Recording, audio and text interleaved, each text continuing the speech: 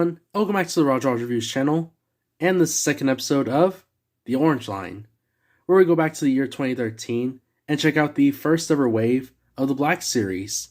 And this time we're looking at the Star Wars Black Series Darth Maul from the Orange Line. Looking at the front of the box, you get the figure that is included along with all the accessories right here in this massive window. You also get the Black Series logo up here, the small portrait, and the name of the character. And going in the back, it has a description and this black and white picture in the background of him fighting Obi-Wan and Qui-Gon Jinn. And of course, as you can see right here, this is the signature from Ray Park. And this is an item that I've cherished for a long time, ever since I saw him. And seeing this awesome background just makes it way cooler. But of course, you get the orange line right there on the side, and it just completes the package in general. But I'll go ahead and unbox him, and we see what's inside. And here's out of the box, and my goodness, he looks menacing. That's all I'm going to say.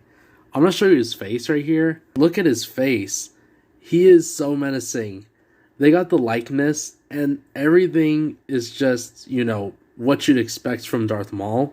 They got it on point with this figure. This is before photoreal tech, so this is very surprising. This is one of the first ever Black Series figures, and already he looks incredible. But of course, I'll go ahead and go through this real quick. This is a separate head, so this is the head that is included already, and it has this, cape piece draped over it with the hood. So you don't get a lot of articulation with this piece because it's not just the headpiece. It's this entire,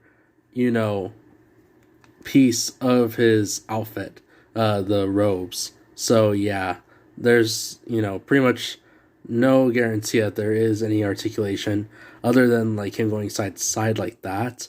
But that's pretty much all you're going to get with this head. But other than that, I will show you real quick. You just pop it off just like this. You just move it around and you can take it off pretty easily. You just move it around this arm, and then you have that huge piece. Look at that. That was the entire headpiece, which is crazy. And something very unique about this headpiece is not just because of the cape connected to it, but it has a very interesting texture. I wish I could describe it, but it's like a soft plastic, a very, very soft plastic. It almost feels like, it's a fabric, but it isn't. I don't really know what material this is, but it's very unique. But we're not going to have a headless Darth Maul, so I'm going to go ahead and show you the head accessory.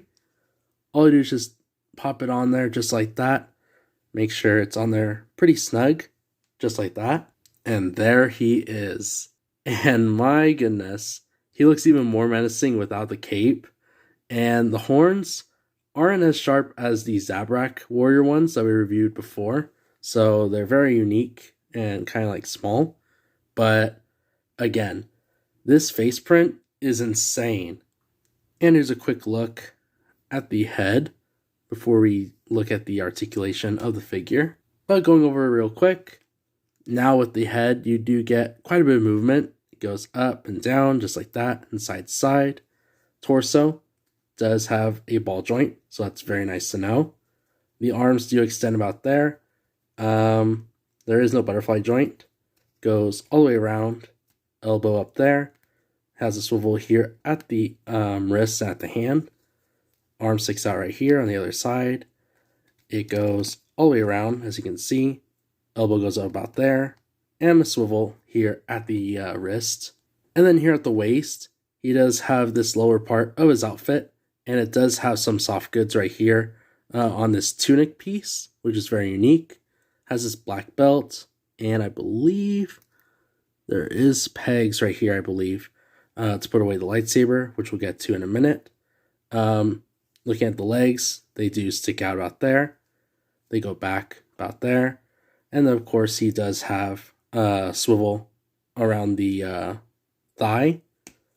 He does have double knees as well, so you get quite a bit of articulation right there.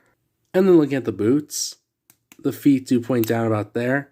They point all the way up, as you can see. And then he does have rocker ankles. So he's in cool action poses. And checking out the accessories, he comes with his lightsabers. Looking at the lightsabers, they look very nice. And of course, they are very similar. They come in this like silver sort of like color going throughout the main hilt. Has some red buttons right here. And of course, these beautiful red blades right there. And you can have Maul's lightsaber without it connecting. So all you do is just push the peg right here in the middle, and it connects it into a staff saber now. To equip the lightsaber, all you do is just match it up with his hand right here. It is a very thick hilt, which is very different. It's almost like the ones that we get with General Grievous. But once you get in there, it looks really cool. And lastly, he has these binocs. Look at the binocs. They look very unique as well. I don't think we've ever gotten these ones. Well, I mean, there was a remaster, but I don't think I've ever reviewed them here on the channel. So these binocs have like a silver tone to them, as you can see. Has these black right here on the handles, and then it has these two little like lenses in the front. To put on the binocs, all you do is just slide it into the grip, just like that. And there's no other way. I was trying to test it out. I don't think there's any way to actually put him in front of his face other than that. And before I forget, you can, just like all lightsabers, take off the blades, and of course have the hilt and the blade separate from each other. And by doing this, you can easily store the lightsaber hilt right here by placing it inside the peg. It's very snug and will not come off. So as an overview of the figure, I think they got the likeness of Darth Maul on point. This being one of the first ever Black Series figures is just very, very surprising to me. It looks like something that we'd have in the present day. I mean, the photoreal, not actually, I'm going to rephrase that. The face printing on this figure is mind-blowing to me. It's before photoreal tech, so this is pretty crazy.